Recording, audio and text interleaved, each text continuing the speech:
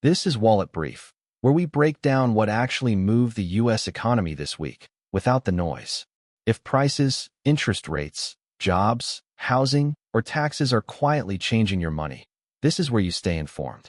Let's get into what really happened this week, and what it means for your wallet. Over the past few months, Americans saw mixed signals at gas stations and grocery stores. Gas prices fell steadily through late 2025, reaching their lowest levels in years. Eggs recovered from bird flu spikes that sent them above $6 per dozen.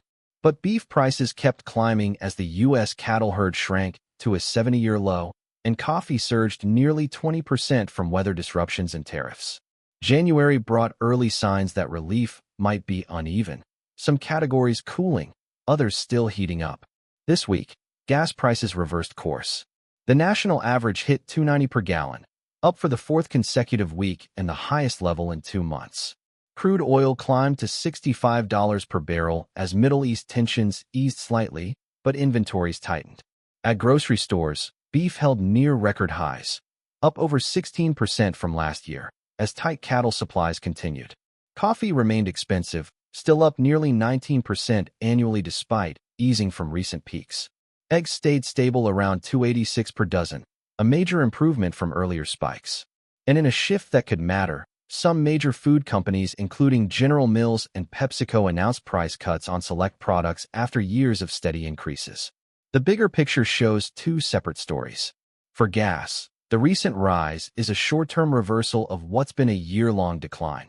Prices are still down over 7% from a year ago, and analysts expect relief to continue through 2026 as refinery output stays strong and demand remains soft. For food, the trend is more complex. Overall grocery inflation is slowing. The USDA expects just 1.7% growth this year, but that average hides extremes. Beef and coffee stay pressured by supply constraints, while eggs, dairy, and some processed foods are stabilizing or even dropping. The signal is clear: relief is coming, but it's selective.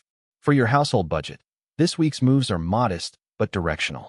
If you're filling up twice a week, you're paying about $6 more per month than you were in early January. Noticeable, but still far below what you paid 2 years ago. At the grocery store, it depends entirely on what you buy. If you're a beef-heavy household, you're absorbing serious increases. Ground beef is up nearly 15% annually. Coffee drinkers are paying nearly 20% more. But if you're flexible, there's relief. Eggs are affordable again. Some packaged goods are being discounted, and store brands are stepping up. The practical takeaway is this: your grocery strategy matters more now than it has in years. Switching proteins, choosing sale items, and avoiding premium brands can save real money. Next week, watch 2 things. First, mid-February typically marks the start of seasonal refinery maintenance, which can push gas prices higher temporarily. If you see another jump at the pump, that's likely why.